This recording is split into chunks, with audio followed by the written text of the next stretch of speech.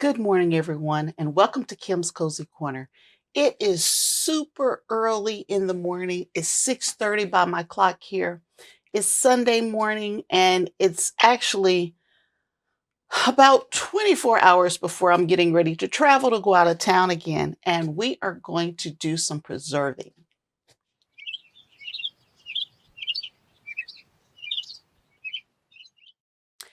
Now, I already have a couple preserving projects out there, but we have not talked about tomatoes. And I've already started a batch and I didn't record it, but I want you to see what I'm doing with tomatoes today. And I know it's dark outside, but I'm going to head out and try to grab just a little bit of celery. And I have a lot of celery for those who follow me, about 50 plants that I've been harvesting from for several months now. But we're going to grab some celery, get it cleaned up so I can get the dehydrator going. I like to keep the dehydrator going pretty much every day while I'm home and not traveling for work. So let's go grab some celery. It's a little lighter out here than I expected, but I've already picked the celery and a couple peppers, but I'm going to get everything watered up because I need to spend the day in the kitchen.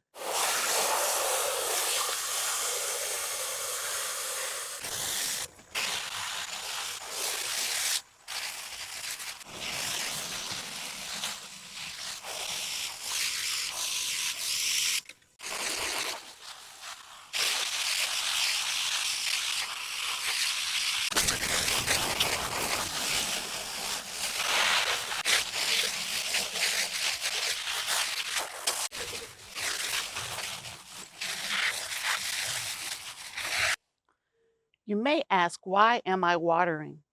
I have a drip irrigation on all of my raised beds, but not on my containers.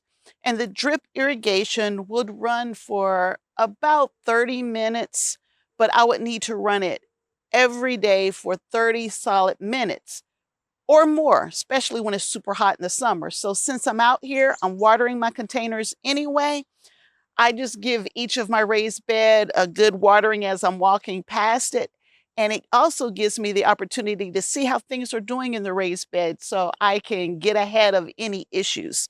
So yes, the drip irrigation is on, and I'm going to be out of town for another week. And when I'm out of town, I've found that my helpers don't water as thoroughly as I do. So I am going to make sure they are in the best possible condition to survive while I'm gone.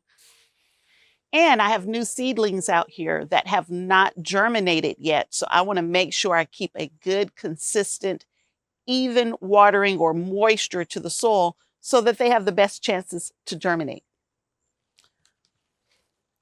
Okay, let's get this harvest back in the house and let's start working on some processing.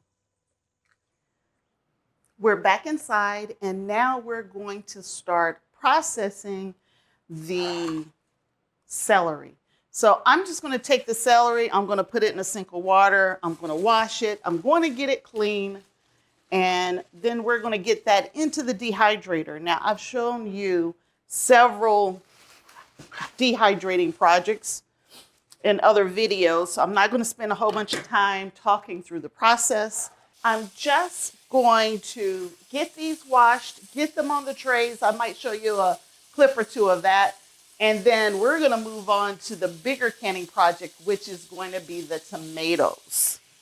When I harvest the tomatoes, all I've been doing is giving them a good wash, and I'm coring those tomatoes. I didn't take the skins off. I just cored them and washed them and put them in a freezer bag, and they've been sitting in the freezer now for weeks. And so I started processing them yesterday, Friday. I started processing them Friday. Today is Sunday, August 6th, but I started processing them on Friday, late Friday, I guess you would say. So all I did was take those out the freezer, and they were in just, Ziploc bags like this. And they're not even my freezer bags because I knew they were only going to be in there for a very short period of time. So these are just regular Ziploc bags. I had them in there. I emptied, how many bags did I empty? 1, 2, 3, 4. I emptied 5 gallons of tomatoes into my roaster. And in the roaster, I just dumped them in there, frozen and all, and I defrosted them right in the roaster. Now, I knew I wasn't going to have a lot of time to deal with them, so that's why I started them on Friday. And if you put them in the roaster, you don't have to worry about them at all. The roaster does the hard work for you. But I put them in the roaster, and as they defrosted on top of the tomatoes, when they still had skins on them, when they were still, next time I'll record it so you'll see this part. I removed a lot of the standing water out of the roaster.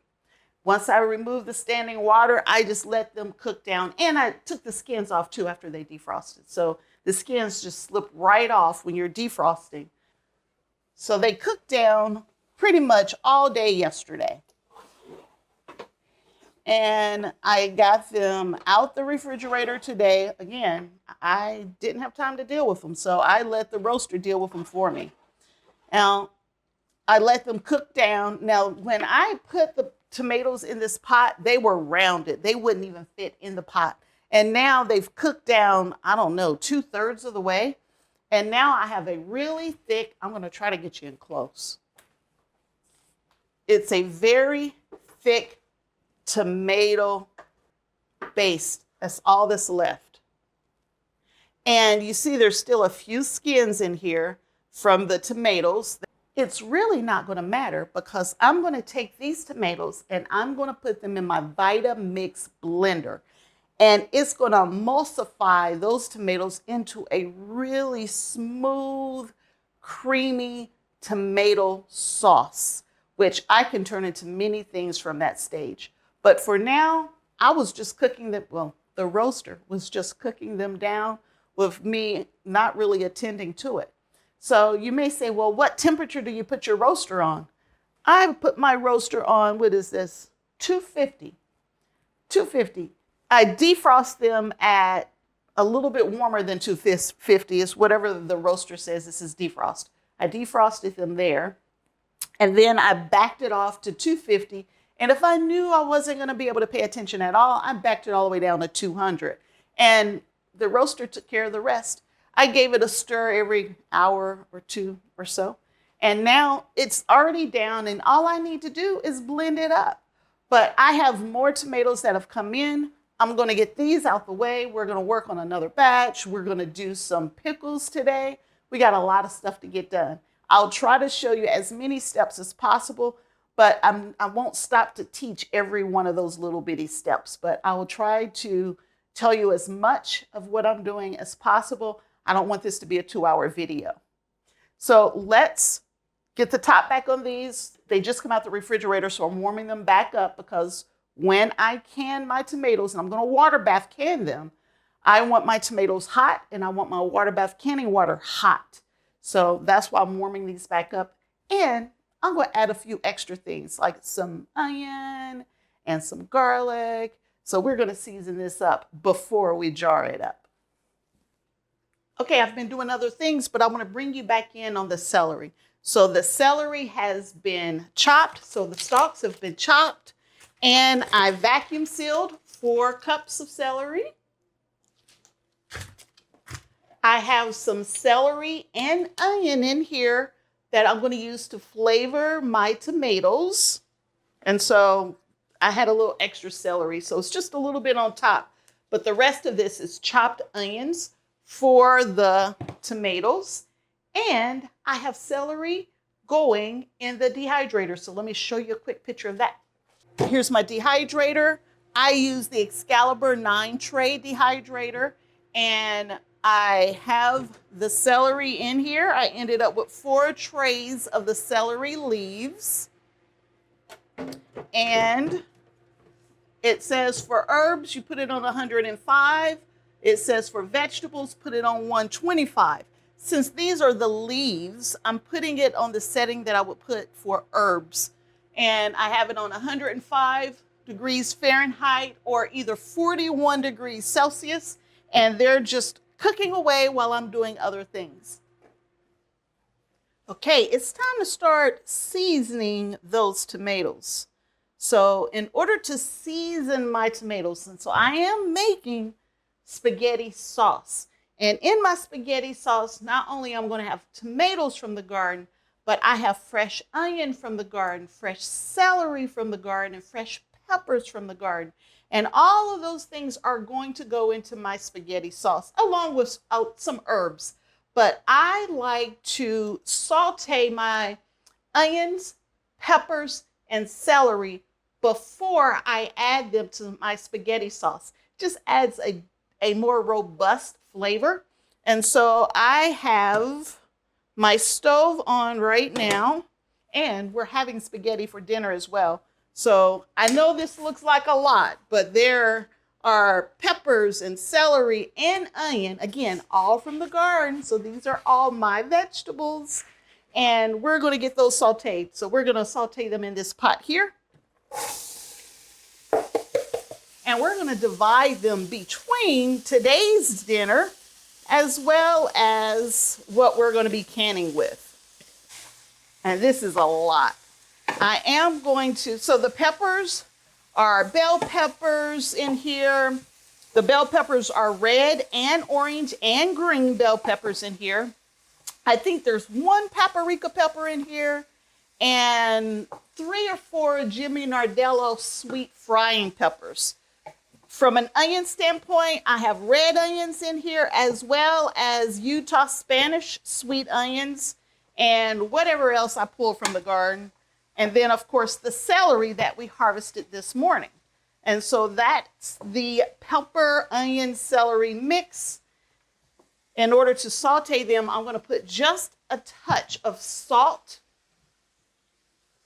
And since I'm going to be canning, I do not want to use any type of salt that have the iodine in it. So you want an organic, a canning type salt. I'll be using Redmond's Real Salt. And I got this nice little container here. Redmond Real Salt is mined in Utah. And so we're going to put some salt in here. Salt will draw the water and the moisture out of the vegetables. Boy, this is a lot of vegetables, but they will cook down. It won't be this many once it starts cooking down. Now, I chopped all of these up with my chopper, and you know what? I've been thinking about getting a mandolin or some type of chopper versus having to chop everything on the cutting board by hand. And I finally went ahead and I did it. I purchased one on Amazon last week. Here's a picture of the chopper that I used. Oh my goodness. Did it not speed up this process? I mean, I was done chopping, for example, the peppers in less than 2 minutes. It was that fast. So should have done it a long time ago. There are many different choppers out there. Find the one that works for you if you want one, or you can do it by hand. You don't have to have a chopper.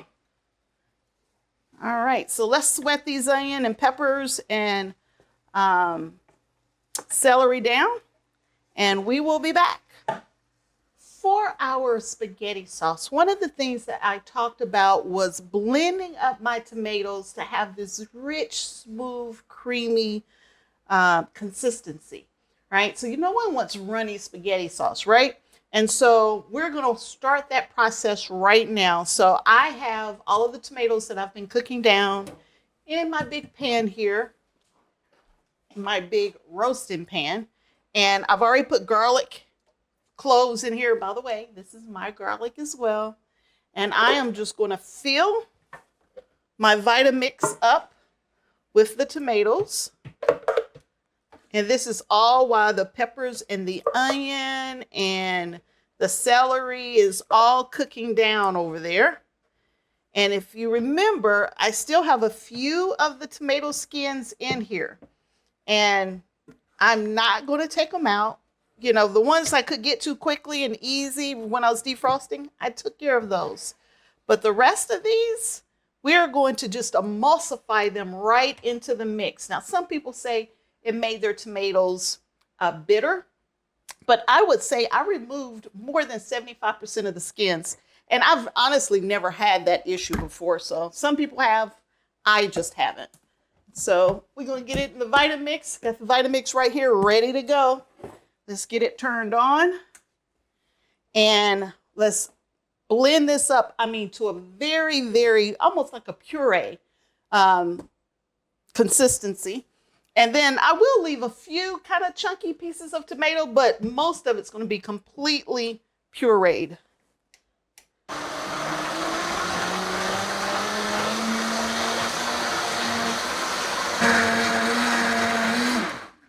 So let me explain something. The cloves of garlic, I did get the papery skins off of them, but I left the cloves whole because they're going to get emulsified in here. I also don't have to strain these in any way. I don't have to worry about the seeds and straining the seeds off because the Vitamix will just pulverize them into nothing. You'll never even know that they were there. And so I just love this step. I'm going to run it just a little longer to make sure we get those skins, the seeds from the tomatoes, as well as the garlic to make sure we get that chopped up really good, or I should say emulsified. It's done. So the type Vitamix I have is the Professional Series 750. And it has settings on here that it'll just run automatically and stop when it gets to the right consistency. And I put it on puree. And so it should be a really nice consistency. Let's see what we got. I can even make soup in this Vitamix. So, it'll go and actually heat your food up enough to make soup. It's a really nice one. But there's all different levels and different models, but all of them have the power to emulsify your foods. Oh yeah, nice and thick. Looks good. All right, let me pour it into another container. Maybe you'll be able to see it as I'm pouring it. No seeds there, none whatsoever. You can't see them.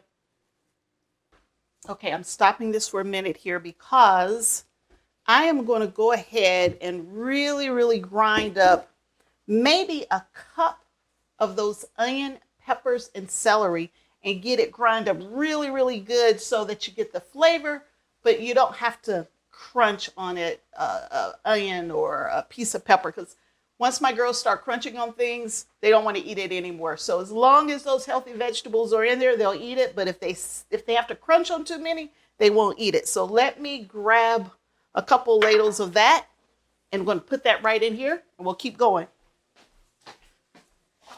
So let me show you what I did. I just added the peppers right in there, and the celery and the onion. They're added right in there to this mix here. I didn't want to have to run it a third time, so I thought I'd get it all in there. And now we'll mix it up again. I was getting ready to stop it, but I didn't have to. And so we're going to just add all of this back into the pan. You know what? I should have got a spatula too. I don't want to leave any of it behind. This is the good stuff.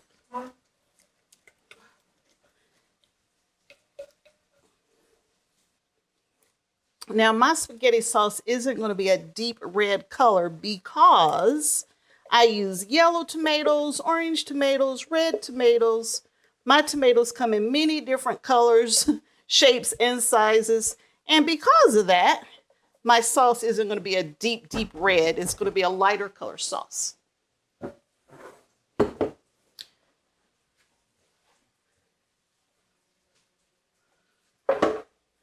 So we're going to give this a good mix. There's a lot going on in the kitchen today. We are prepping tomatoes for the freezer. I have bread going right here behind me. I've cut cheese up today. Oh my goodness, we did the celery. I cooked breakfast for the girls. I made home fries with potatoes and onions from the garden. Got dinner started. And we're going to just keep right on moving. Right on. Oh, and I've made yogurt. I made yogurt this morning. It's still cooking. I got the dehydrator going. I have to utilize all of my available time. All right, this is very nice, very thick, but we need to turn it on, get it heated back up so we can add the thicker ingredients to it. So let me get all set up again. All right, I have the rest of the peppers over here. So I got my roaster back on. I have it at 250 degrees, so it's getting back up to temperature. I'm going to add the rest of the peppers, the celery, and the onion, except for what I'm using today, which I will just leave behind right there. As I was saying last year, I emulsified all of the onions and peppers and everything in, and my mother was like, "You didn't put any onion in here." And I'm like, "Yeah, I did. I just emulsified it." So she likes to see it. The girls don't, so I'm going to try to find that happy medium. Now, one year I messed up. I added salt to taste to my sauce, and then when I went to can it, I added salt again. So I will not add salt in here right now, other than the little bit of salt that I used to get the moisture out of the sauteed vegetables. That's the only salt that's going to go in here. The rest of the salt I'm going to put in at the end right when I get ready to can it, because I don't want it too salty. And if it's too salty, then I have to label it salty, and then I have to work on it when it comes out. I want a thick, rich, perfect spaghetti sauce. And this is looking like it might be the one. So we will add, though, some other spices. So this is basil from the garden. And I didn't measure it. Sorry. 2 capfuls. two quart size regular mouth ball jar lids. We're going to add some oregano. If you don't have fresh herbs from the garden, that's okay. You can buy them separately from the store, or you can buy like an Italian season, and it has all of those vegetables mixed in together.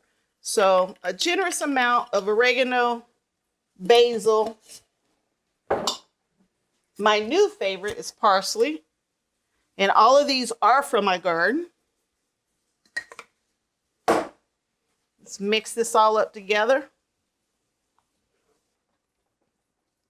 Now, if you make your own homemade spaghetti sauce, pizza sauce, any of those type things with your own tomatoes, and let's say it just doesn't taste good, it tastes a little bitter, or it just doesn't blend well, you can always add brown sugar, just a hair of brown sugar to the mixture, and it really will kick it up to the next notch for you. It will really improve the overall taste.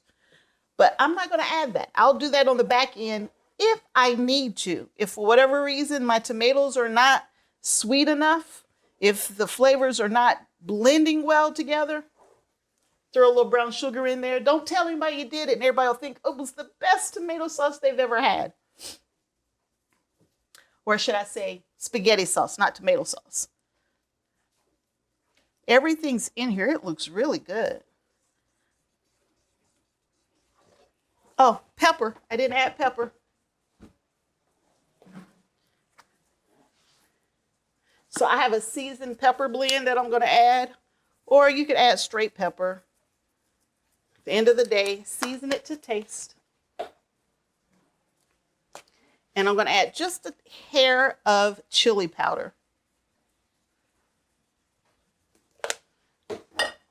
Now, some people could put cumin in their spaghetti sauce. I don't do it when I can. I'll do it on the back end sometime when I'm ready to cook it, but I don't put it in on the front end. And if you're not sure how to can tomatoes, the Ball book for preserving your vegetables, here's a picture of it right here. This particular version has over, I believe, 400 different recipes, different canning recipes, water bath canning, as well as fermentation and pressure canning in it. And if you follow their recipes, you cannot go wrong. They all, most of the time, taste good. For my spaghetti sauce, I season it to taste. And when you're making spaghetti sauce, anything with tomatoes. Now, again, this is my second video on preserving.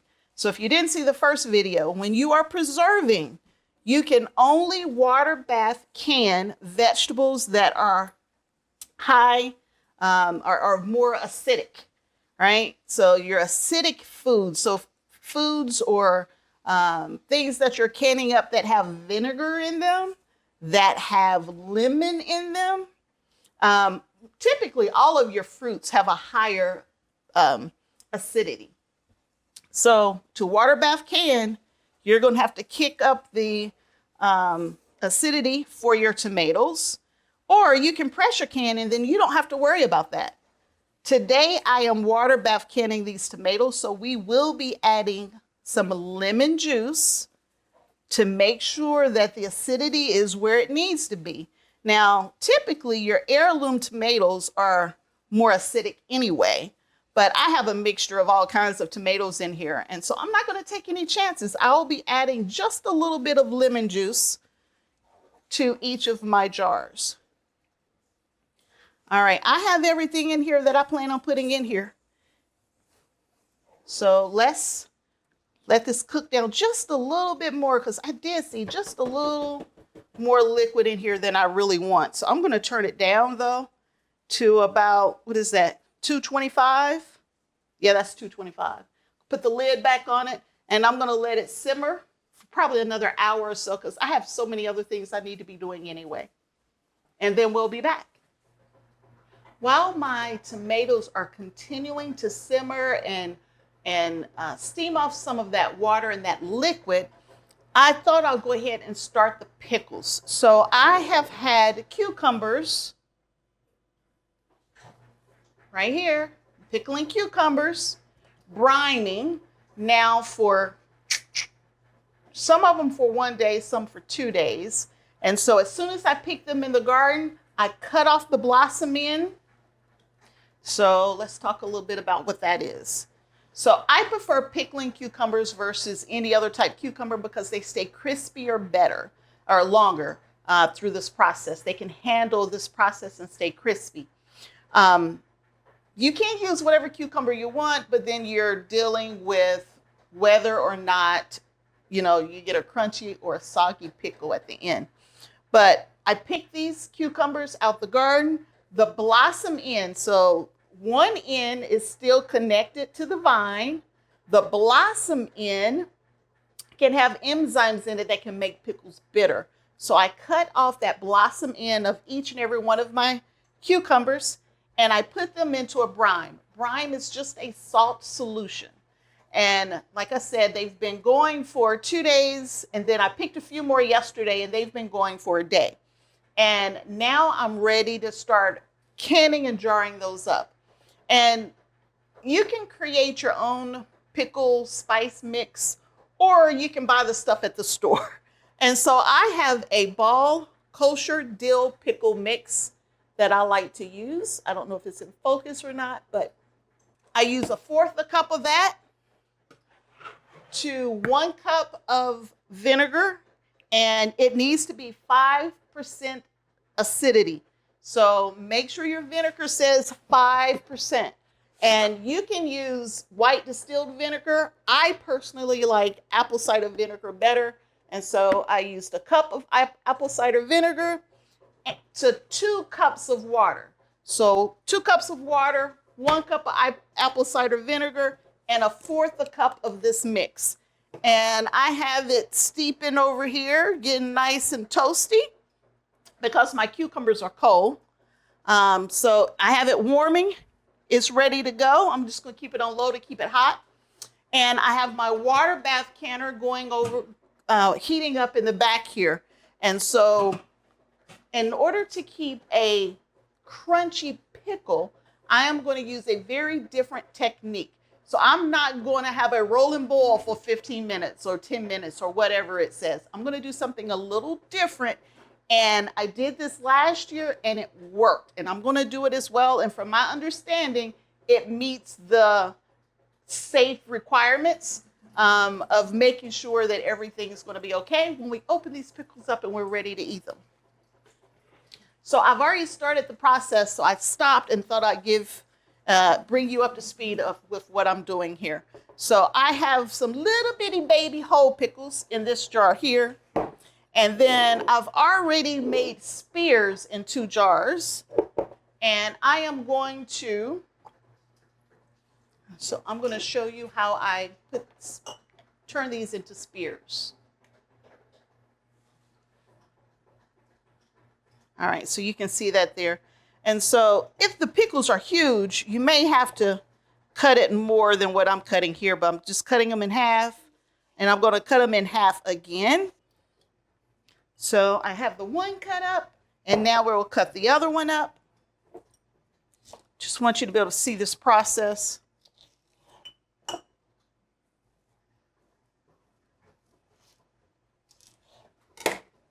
Those are the spears. Get them in the jars.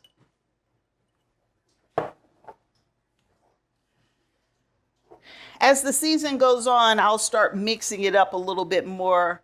I like the whole pickles. My mother's not crazy about the whole pickles, but I like them whole. They give you even more crunch. When you're filling your jars up, you want to pack them in as tight as you can.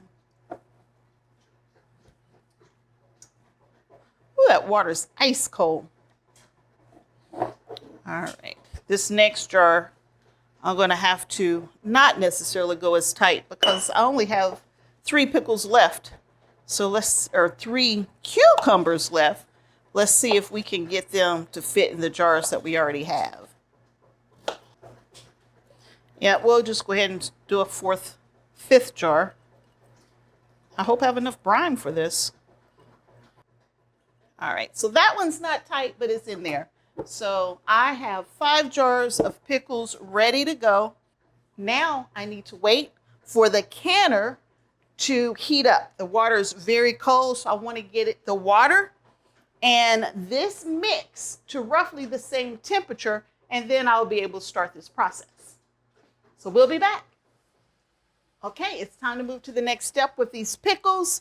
I have my water bath canner completely heated up now. The water is actually very warm. I have my little pickling brine ready to go. And so we've already filled the jars. So we are going to, let me stop for a second. These are regular mouth jars, and I'm using today ball canning lids. And usually I'm using ForJars or ball, but today we'll be using ball. I have them in very warm water sitting in the back. We're going to put our funnel in. And we are going to, so I've just been stirring it here with this wooden spoon, but we are going to now ladle in the brine. And hopefully I made enough. Hopefully. I made 1.5 batches of the pickling brine. You want to leave a 1/2-inch head space, but I honestly just fill it up to the rim of the jar, which is right at a 1-inch head space. Since we're water bath canning, if we were pressure canning, you definitely need to leave 1-inch head space. Yeah, I don't know. We might not have enough brine here.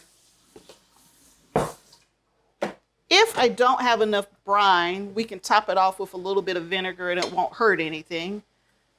All of the proportions will still be good. But you wouldn't want to top it off with plain water because then it'll mess up your acidity. It'll dilute your brine. We were just shy. That's okay. We will top it off with vinegar to make up the difference. Now I still need to get the air bubbles out.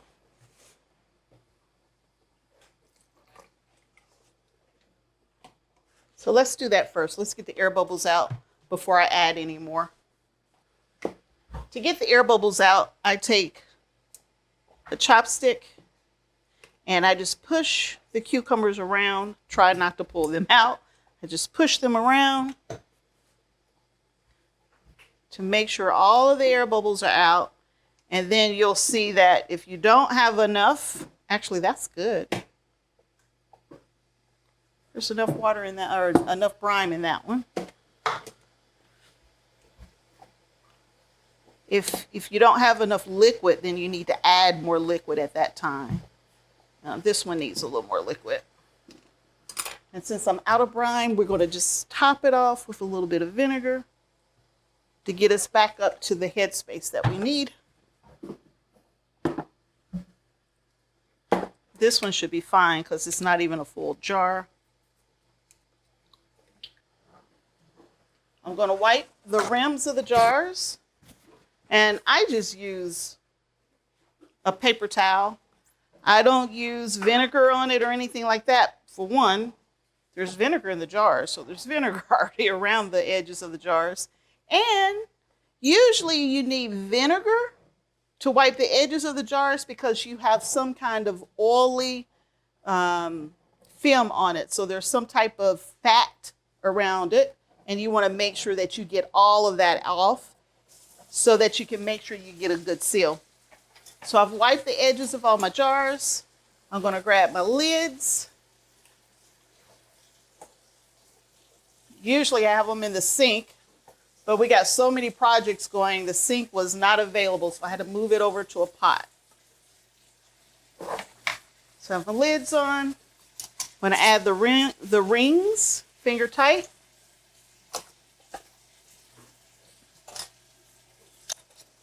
Oh, there were a couple ForJars lids in there.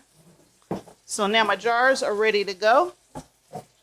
I'm going to lift them up, put them in my canner. Now remember, this is a recipe for a crunchier pickle. And so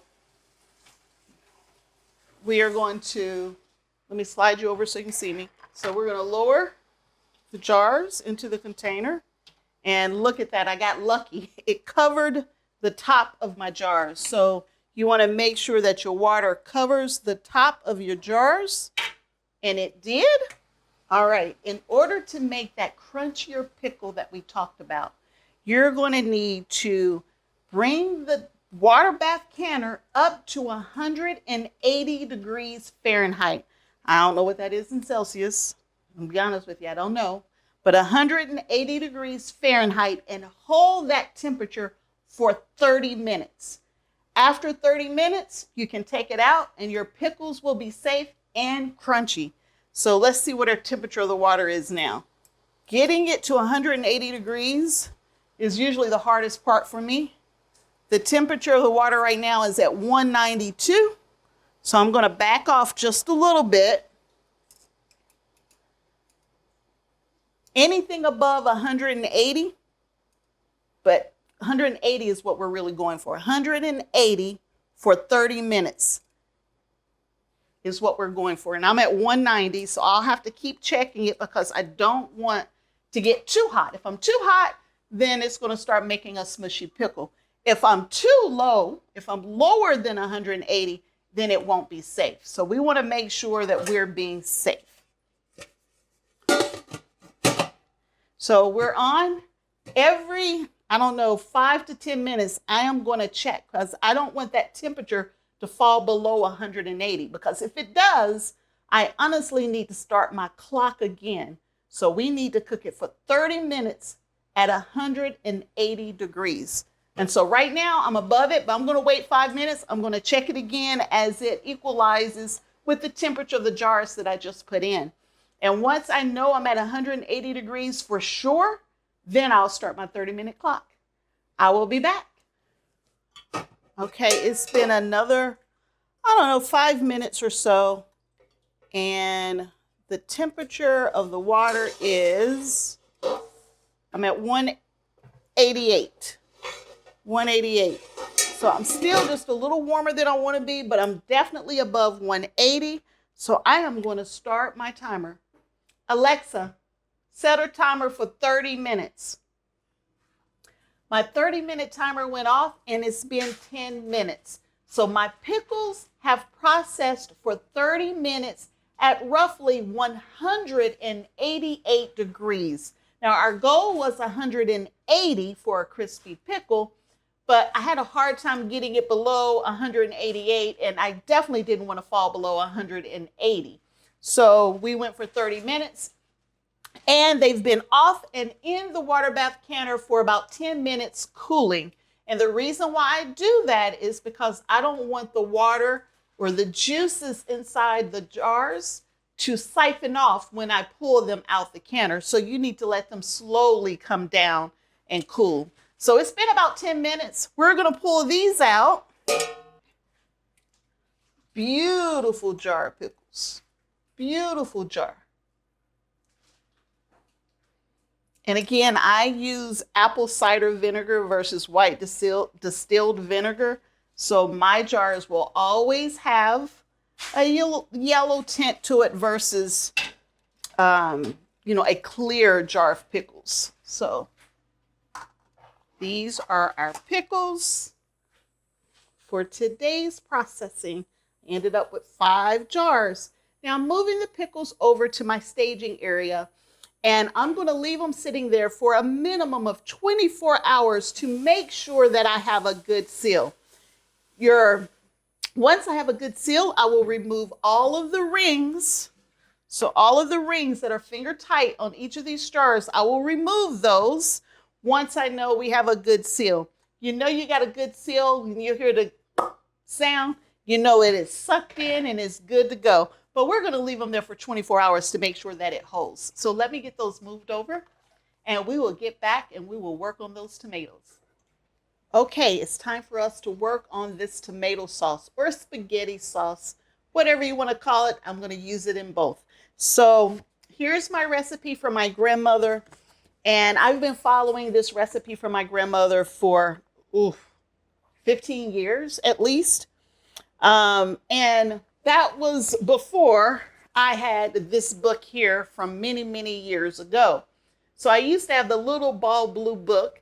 And last year I purchased this book here. So this is the Ball Complete Book of Home Preserving or Preservation, basically. And so there's water bath canning in here, pressure canning, as well as I think a little bit of fermentation is in here as well. And it talks about all the safe ways to prepare your food. And there are over 400 recipes in here. So I took my grandmother's recipe and I compared it to this book here. And guess what, folks? It's the same recipe. So my grandmother, for her entire life, canned. And she lived to be in her 80s. And when she was canning, this is the recipe she used. And it matches the Ball book. So we know we're doing it safe. So the recipe that we're following, basically, I just wanted you to see the book, calls for 2 tablespoons of lemon juice. And I've already done the step. You didn't need to see me put lemon juice in a jar. But make sure you're using lemon juice basically from a concentrate, because you know the percentage of acid and the percent of lemons, as from a pH standpoint when you buy it that way. Don't use fresh squeezed lemons because the acidity of a fresh squeezed lemon it varies and you don't know what you're getting. But if you buy the bottle stuff will give you a consistent pH.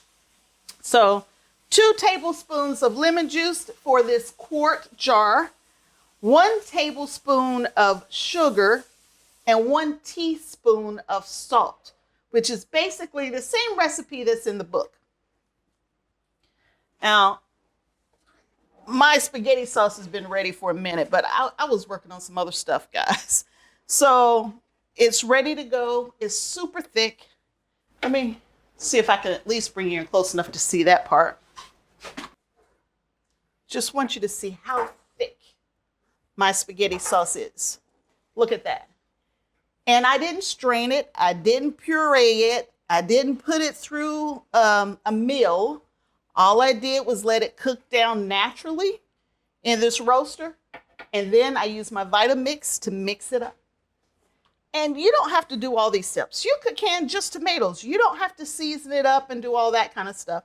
But I prefer to do it this way because when I'm ready to cook, I want to cook. I don't have to worry about cooking it down and all that other stuff when I'm cooking. Look at that nice thick jar of sauce. And it's seasoned. I see little bits of peppers and onions and other things in there. So let's see how many jars I'm going to get. I prepared 3. Let's see if that's going to be enough. Now, if you wanted to pressure can this, you could pressure can this as well. And when you pressure can, basically it's the exact same recipe. The only difference is you only have to process it for 15 minutes versus 45, which is how long I'm going to have to run the water bath canner. When you water bath can, you need to leave 1/2 inch of head space, and you need to leave a full inch of head space if you're going to pressure can. For me, I just fill it up to the rim. I try not to go any higher than the rim, but your ball book of home preserving will tell you exactly what the head space needs to be for every recipe. I don't know, Mom. This is probably the thickest tomato sauce I've ever made. Spaghetti sauce, I should say. Because that's what we're going to use it for. And I still have a teeny bit left, but for that little bit that's left, I'm just going to add it to the spaghetti that we're making today. Now, I still need to get the air bubbles out because there could be air bubbles in here. So I am going to just stir it around a little bit. All right. So to wipe the rims on these, I am going to use a little bit of vinegar because if you remember, I did saute some onions and some peppers and celery. So there's a teeny little bit, and I do mean a tiny little bit of olive oil in here. And I don't want to take any chances of this not sealing. So I have my 4 containers. So I have 2 quart containers and I have 2 1.5 containers. And so I really like the 1.5 size. It works perfectly in my electric pressure canners. Well, this style does. This style doesn't. But it's the perfect size for my family. I really, on some things, a quart's too much, but a pint's not enough. And so I like this 1.5 size. All right, let's get these lids out and on the jars. Now that the rims are nice and clean and my lids are nice and warm,